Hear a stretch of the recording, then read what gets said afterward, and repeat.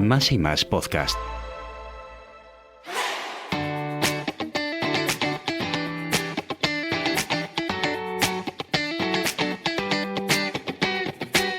Bienvenidos a Queremos Ayudarte, un podcast de Supermercados Más y Más que nace con motivo de la celebración de nuestros 90 años contigo. Aquí encontrarás diferentes temáticas como sostenibilidad, salud en todas sus vertientes, así como realidades de nuestros productos kilómetro cero contadas por sus protagonistas. Hola, soy Carmen Ordiz y en este episodio de Queremos Ayudarte contamos con la visita de Ramón Evia Miranda. Quizás más de uno le conozca en Facebook por Ironman. ¿Cómo estás, Ramón? Muy bien, Carmen, ¿qué tal estás? Ramón Evia Moreno. Vale, genial, maravilloso. No, yo siempre rebautizando gente. Vamos a dejarlo así porque es la esencia del podcast. Lo has hecho bien porque Ramón Evia Miranda era mi padre. ¿En serio? Sí. Pues en algún momento se ve que yo lo busqué y me quedé con Miranda. Sí, era una persona bastante conocida. Fue concejal del Ayuntamiento de Oviedo en Deportes y bueno, ya no está, pero él era Miranda y yo soy Moreno, en honor a mi madre. O sea que, bueno, aparte de un pequeño homenaje a tu padre, veo que el deporte viene de familia. Sí, bueno, yo hice deporte desde siempre. De hecho, llevo compitiendo desde los 8 años en distintos deportes. Empecé en la natación, en el fútbol, hice muchos años karate, incluso hice culturismo. Tengo fotos por ahí que no te imaginarías la diferencia de imagen. Y luego ciclismo, baloncesto, y luego los últimos años llevo más de 25 años como triatleta. Además ha sido mi profesión porque soy profesor de educación física. Ironman es como se te conoce en redes sociales. ¿Cuántos Ironman has hecho? ¿Y qué es un Ironman? Porque muchos de los que desconocemos esta modalidad no sabemos muy bien qué es. Sabemos que es algo que es, en mi caso, inaccesible, pero que es como de Superman. Bueno, el Ironman es la disciplina dentro del deporte del triatlón que reúne tres deportes en sí, aunque es un deporte en uno, porque también cuentan las transiciones, lo que cambias, lo que tardas en pasar de un deporte a otro, y son el deporte de la natación, después haces bicicleta y después haces carrera a pie. En este caso el Ironman es la máxima expresión del deporte porque es de larga distancia y digamos que fue la madre del triatlón cuando nació por una apuesta de los marines americanos allí en Hawái. A ver, entre un nadador, un ciclista y un corredor, que todos eran marines, y unieron las distancias más largas, que era nadar 3.800, o sea, 4 kilómetros, después hacer 180 kilómetros de bicicleta y se termina corriendo una maratón de 42 kilómetros. Yo he sido 15 veces finisher, que es como se denomina a la gente que termina un Ironman, las 15 veces consecutivas, que es a lo que le doy bastante valor, por encima de tiempos y otras cosas.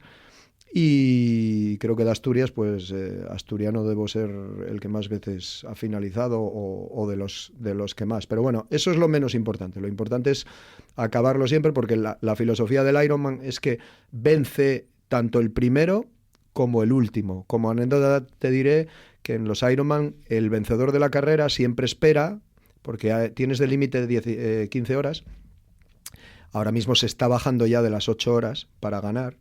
Yo en mi época de competidor rondaba las 10 horas y siempre la tradición era que el ganador iba al hotel, se duchaba, recibía los premios y a las 12 de la noche, que es el cierre de meta hasta donde te dejan, llegaba y entregaba la medalla al último corredor porque era tan ganador como el primero. Y esa es la filosofía del Iron.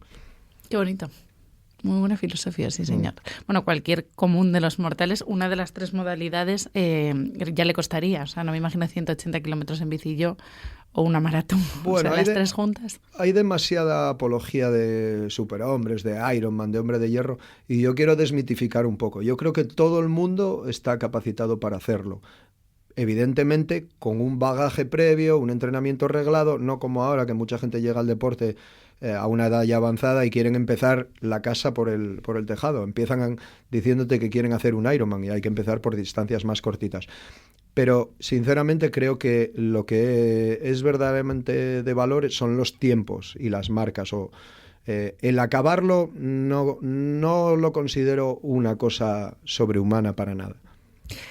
Y entiendo que para conseguir ser finisher, como dices, de un Ironman, necesitas tener pues una cabeza muy bien formada. O sea, yo creo que la base del deporte, sobre todo este tipo de deporte, para mí de élite, está en esa capacidad que tenéis los deportistas, los profesionales dentro del mundo del deporte, que conseguís ir, digamos, arrastrando, pues yo qué sé, vas mal en tiempos, pero sigues animándote, no estás pensando en el tiempo, estás pensando sencillamente en disfrutarlo. ¿Cómo se lleva eso? Lo más importante en estas disciplinas deportivas es la cabeza, como bien dices. Si tú tienes una cabeza dura y constante, ya te digo que no teniendo un físico privilegiado, lo terminas. O haces una buena marca o la que tú quieras hacer, porque ya te digo que lo importante es acabar. Pero lo principal es descomponer, como todo en la vida, el objetivo en partes. Tú si atacas un problema de la vida, o en este caso, digamos que es una competición deportiva, pensando en todo lo que te queda y lo mucho de grande que es, o un problema de la vida, lo tremendo que tienes encima, estás abocado al fracaso. Sin embargo, yo lo que sí aprendí del triatlón, y creo que ese fue mi poder, por lo que yo siempre acababa, era que yo descomponía el objetivo en partes. Yo salía y sabía que había que nadar 4 kilómetros, pues me iba marcando trocitos de 1 kilómetro.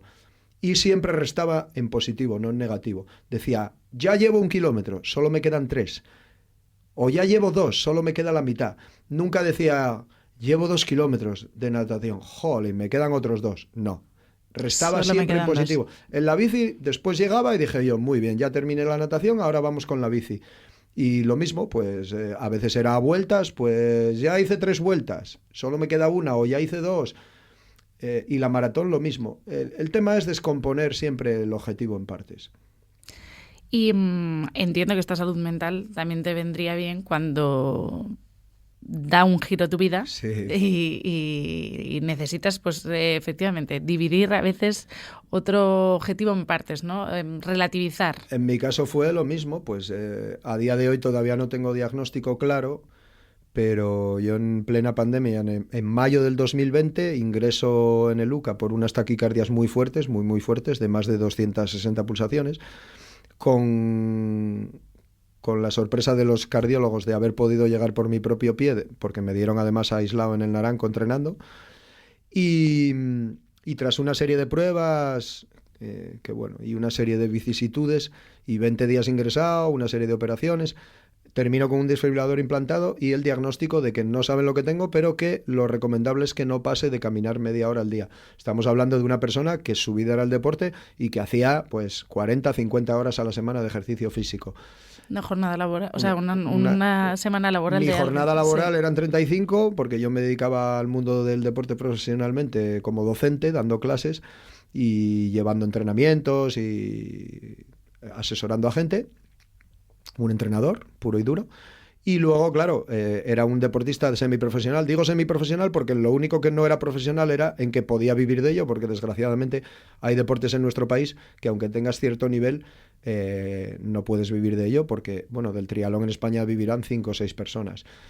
10 todo lo más. Entonces, claro, la dedicación que tenía en el deporte más mi trabajo, pues me daba esas unas 50 horas a la semana de ejercicio durante 20 y tantos años. Claro, al final eso yo creo que pudo ser la causa de mi problema cardíaco. Está por demostrar, porque yo la genética es toda negativa, o sea que en principio no es una cardiopatía genética, mucho mejor porque mis hijas no lo pueden heredar. Pero bueno, yo al final salí con un desfibrilador implantado y el horizonte de caminar media hora al día. Yo dije que eso era imposible para mí, que mentalmente no iba a palmar de la cardiopatía, pero iba a palmar de la cabeza.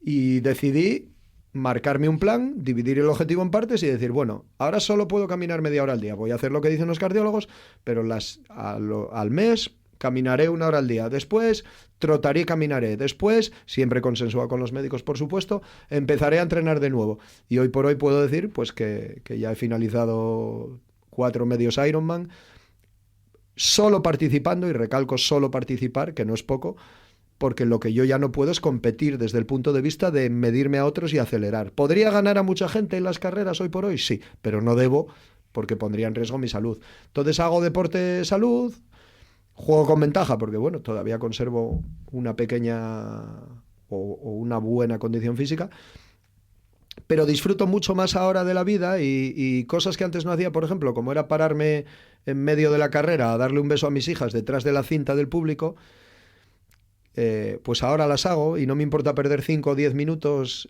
saludando a gente. Antes estaba, la verdad, demasiado imbuido por los resultados y por el... Ahora lo estoy disfrutando mucho más que cuando competía. Y se puede decir, por ejemplo, que lo que te... Bueno, por demostrar que no tienes diagnóstico, te daña, también te salva, ¿no? Porque es tu condición física la que te permite, por ejemplo, el día que te sucede por primera vez esa taquicardia tan fuerte, más de 200 latidos minuto, volver por tu pie. Lo normal sería que te hubieras desmayado, ¿no? Sí. A ver, los médicos también hacen hincapié en eso. Evidentemente, las guías europeas de cardiología lo que recomiendan son 150 minutos a la semana de actividad física baja.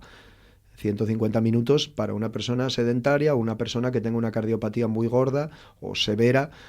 En mi caso, lo que estamos haciendo es consensuado con los médicos, por supuesto. Estamos viendo que hay una serie de ejercicios, sobre todo ahora trabajo mucho la fuerza en el gimnasio y hago mucha menos cantidad, pero sigo haciendo deporte porque ellos lo que quieren es que yo conserve mi forma física y vaya ayudando a que un corazón estructuralmente dañado, porque yo tengo una cicatriz en el corazón, conserve las funciones del corazón y yo pueda seguir teniendo una vida normal y una esperanza de vida pues como podemos tener todos. Porque además tampoco sabemos la esperanza de vida que tenemos. Yo siempre digo que, bueno, me puede caer una teja mañana. No es probable, pero me puede caer. Y el hacer deporte parece que está ayudando a mi problema y sobre todo mentalmente a mí me está sacando de una situación, bueno, complicadilla. Eso te iba a decir, porque, como bien decías, de hacer 50 horas semanales de deporte a reducirlo, ¿te influyó a nivel mental? Porque, por ejemplo, para mí el deporte, a mi escala, es fundamental. Cuando no hago deporte, estoy mucho más baja anímicamente. ¿Cómo supone para un deportista que casi es... Voy a decir una palabra un poco grande, pero dependencia? No, yo era un yonki del deporte. Exacto. Eso quería decir, total, sin decirlo yo. Hay gente que se engancha a ciertas sustancias que son muy nocivas y hay gente que se engancha al deporte y en este caso yo no me duelen prendas en decir que evidentemente 50 horas a la semana nadie las debe hacer. Yo tenía un poco la obligación de hacer deporte a nivel profesional y luego porque yo competía. Ahora, si tú no te puedes dedicar en cuerpo y alma a la competición y tienes un trabajo de bastante carga física, tienes que dejar una cosa u otra, o por lo menos restar. ¿Y de dónde tienes que restar? Evidentemente de lo que no te da de comer. Hoy por hoy hay un boom del más por el más, de las carreras, ultrafondo, maratones, y la gente además está empezando en el deporte de manera tardía, más allá de los 40. Y sí que está por demostrar, pero es bastante probable que a partir de cierta edad ya veterana, el deporte en demasía puede llegar a producir efectos peligrosos. Sí, de hecho, vemos a veces esas noticias que además son muy impactantes de muertes súbitas en maratones. Y ves mucha gente que los ves sufriendo. Yo a veces cuando voy caminando yo rápido, como digo yo, en marcha, por la senda del oso tal, y ves a gente que no está respirando con normalidad. O sea, que no sé cómo vienen ni de dónde vienen, pero tampoco ves una forma física para lo que están haciendo. Que igual a veces es erróneo el identificar un cuerpo a un determinado estado de salud, pero ¿qué dices tú? El problema es que ahora, en el mundo que vivimos dominan las redes sociales y la gente a cierta edad pues quiere salir de un estilo de vida más sedentario, por perder unos kilos, porque ven mitos en la gente que hace o que hacemos ultrafondo, deportes de larga duración, etcétera, etcétera. Y el problema es que, claro, yo empecé en el deporte con 8 años y llevo detrás una trayectoria que en mi caso a mí es lo que me permitió salir de estos problemas y todavía hacer algo más. El problema es cuando nunca hiciste nada y con 40 y tantos años empiezas a hacer deporte y en lugar de decir, bueno, voy a empezar caminando, luego camino troto, luego corro, luego... A mí ha llegado gente, y soy entrenador, que me dijeron que querían preparar, por poner un ejemplo, la Maratón de Sevilla en noviembre. Y la Maratón de Sevilla se celebra en febrero. Y yo les dije, bueno, ¿y cuántas carreras previas? ¿Cuántos 5.000 corriste? No, ninguno. Oye, ¿y cuántos 10.000? No, ninguno. Y dije yo, pues yo no, directamente no te puedo entrenar para una maratón porque vas a poner en riesgo tu salud. Y eso la gente, hoy por hoy nos gastamos más dinero en unas zapatillas, las famosas zapatillas con placa de carbono, que hay miles de marcas, con 200 euros, que invertir 100 euros en una prueba de esfuerzo que te capacite para luego comprarte esas zapatillas y poder dedicarte a un plan de entrenamiento. Y eso es lo que últimamente yo intento abogar un poco, en hacer un poco de prevención y un poco de control cardíaco. Y no tenerle miedo, porque salga lo que te salga, yo soy el vivo ejemplo de que siempre vas a poder hacer algo. Pero primero contrólate. Eso iba a preguntarte, porque a veces las pruebas de esfuerzo como que las vemos solamente relacionadas a deportistas de élite, pero ¿consideras que todo el mundo que realiza un deporte debería hacerse en algún momento de su vida una prueba de esfuerzo, ¿no? Todo el mundo que, más que una prueba de esfuerzo, controles médicos, al menos anuales, toda aquella persona que quiera empezar a hacer deporte, sea para correr 5 kilometritos o para correr un Ironman. Muchas veces nos da mucha más información un electrocardiograma, que es algo muy sencillo de hacer, eso sí, de 12 derivaciones, o un ecocardio para descartar anomalías estructurales. Luego podemos hacer la prueba de esfuerzo para ir un poco más allá y pautar zonas de entrenamiento y descartar que tienes cualquier tipo de cardiopatía.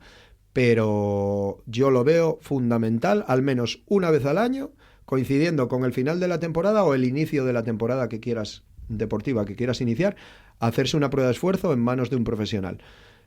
Si no tienes recursos para hacerla por privado, vas a tu médico de cabecera y le dices que quieres hacer unos análisis cardíacos y unas pruebas cardíacas porque vas a empezar a hacer deporte, digamos, de alta dedicación o con una dedicación diaria.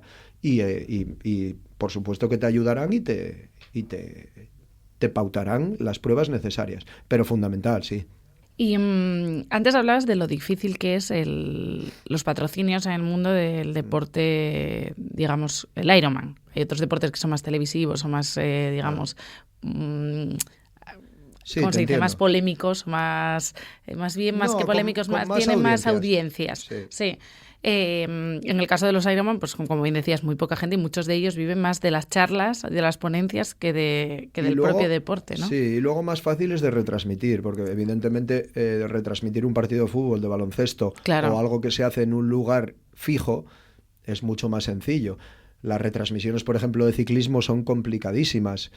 Carísimas. Y cada vez están perdiendo más patrocinadores porque aunque el ciclismo es un deporte arraigado desde hace muchos años a las marcas y a los patrocinios, pero cada vez es más complicado que los equipos salgan adelante porque el tema es que la televisión, la gente lo dice, que ves los últimos kilómetros, el Tour y la hora de la siesta, es una frase muy manida. Sí. Y luego el triatlón, pues el problema es que, claro, se desarrolla primero en un medio acuático, después hay que retransmitir 180 kilómetros en bicicleta, que muchas veces es a vueltas.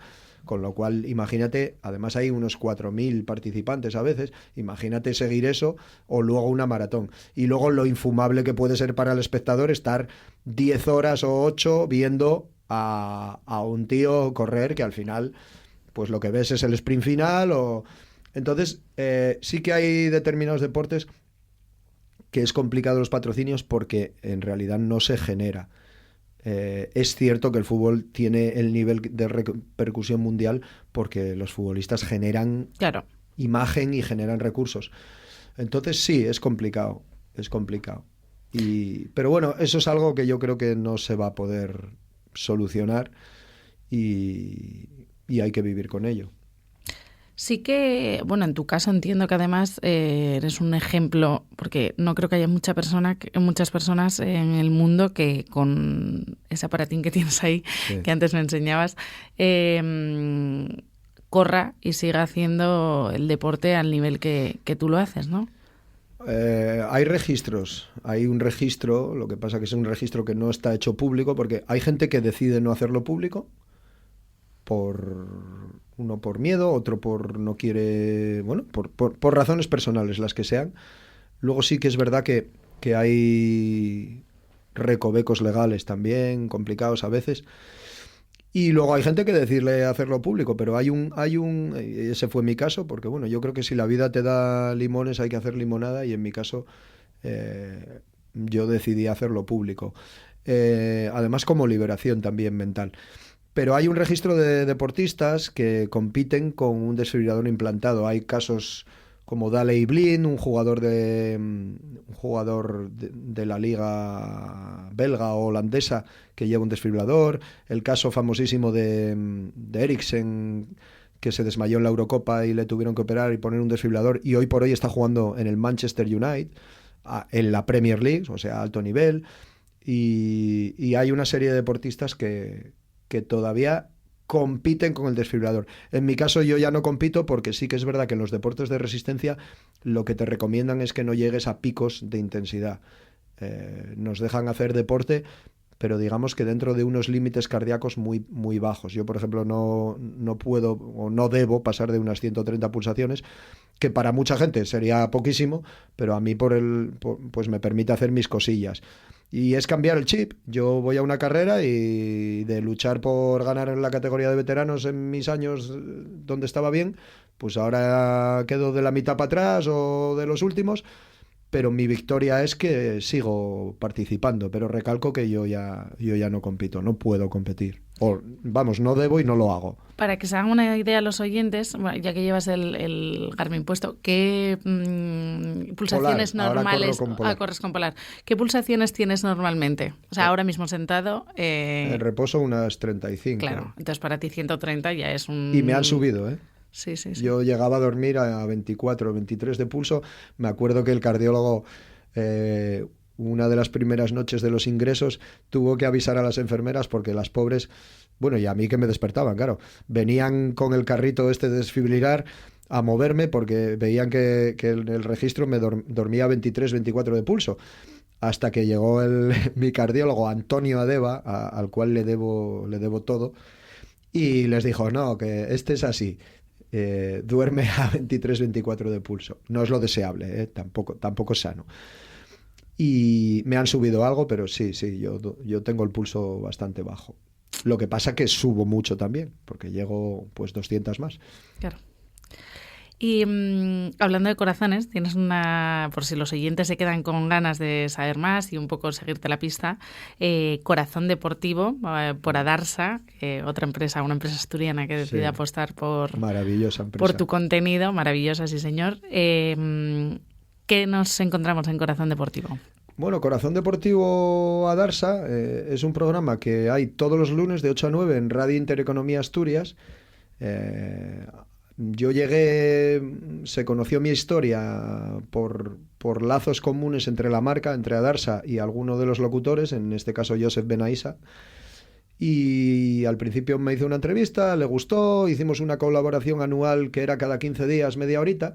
Y bueno, pues por lo que sea, la cosa gustó y me ofrecieron hacer un programa semanal de 1 hora, en el que yo soy el locutor. Humildemente en la concepción de la palabra, porque yo no había hecho radio en mi vida. Sí que, bueno, se me da, porque yo creo que lo que hay que ser es natural, y yo voy allí y un poco anárquicamente, no hago ni escaleta casi, cuento mi historia y tenemos un invitado todas las semanas y hablamos de vivencias del deporte, de historias de superación, y le damos un toque musical también, con música motivante, recomendaciones de entrenamiento, de nutrición. Y bueno, es un magazine que está gustando. Radio Intereconomía es una radio de mercados, de economía, pero en este caso tiene 3, 4, 5 programas en la desconexión nacional de lo que hacemos en Asturias, pues que van desde el magazine de Josep, Algo Contigo, maravilloso programa, hasta el de mi compañero Miguel Martínez de Entre Amigos, o el de Rafa, el director de la radio, o yo mismo, pues que cada uno tiene su espacio, y yo el mío me tocó el deporte, que es de lo que sé y de lo que quiero hablar. Del resto no me suelo mojar en cosas de las que no debo y no sé. Pues vamos a cerrar la entrevista preguntándote algo que yo creo que más de uno se pregunta. ¿Qué te ha enseñado todo esto? Porque yo creo que cuando a alguien le pasa algo así, digamos, chocante, ¿no? Shocking, que dirían los ingleses.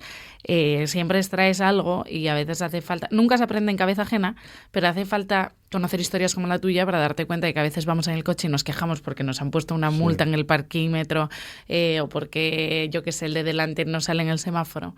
Pero pasan cosas trascendentales y dices tú, oye, va, espera, que esto es lo que verdaderamente importa. Pues sobre todo 3 cosas. Una, ver lo que verdaderamente importa. Y lo que verdaderamente importa es, en mi caso, fue fundamental la familia. Dejar de dedicar tanto tiempo a una cosa que me llevaba a la vida y centrarme más en la familia, mis hijas, Aitanita y Celia, mi esposa Eva. Y luego también centrarse en las cosas importantes de la vida, darle valor a lo que realmente tiene importancia y a si no te sale una marca o un tiempo o una carrera, pues no pasa absolutamente nada.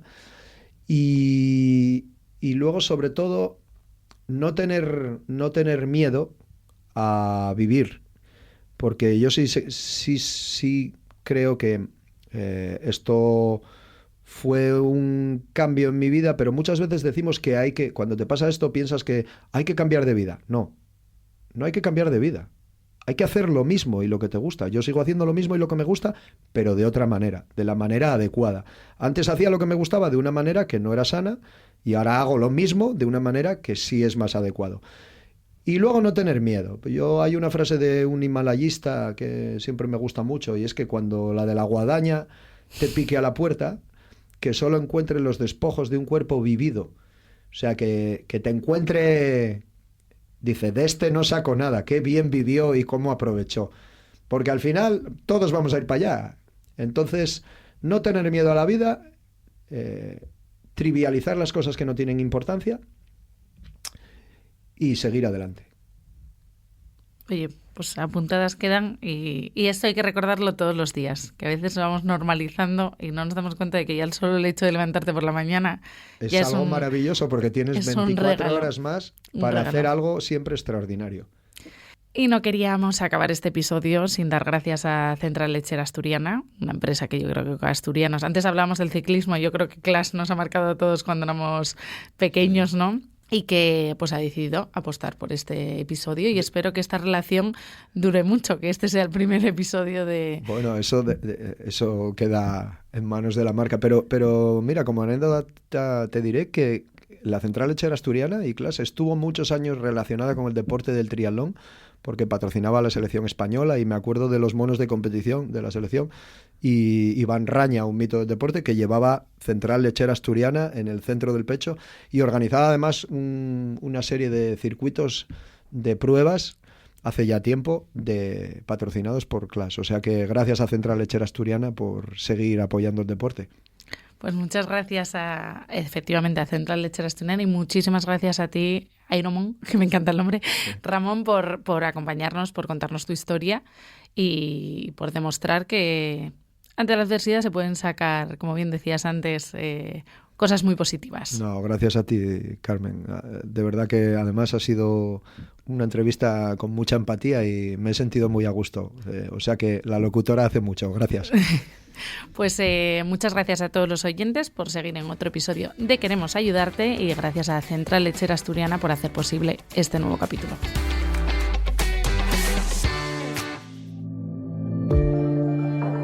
Suscríbete a Queremos Ayudarte, un podcast de Más y Más Supermercados.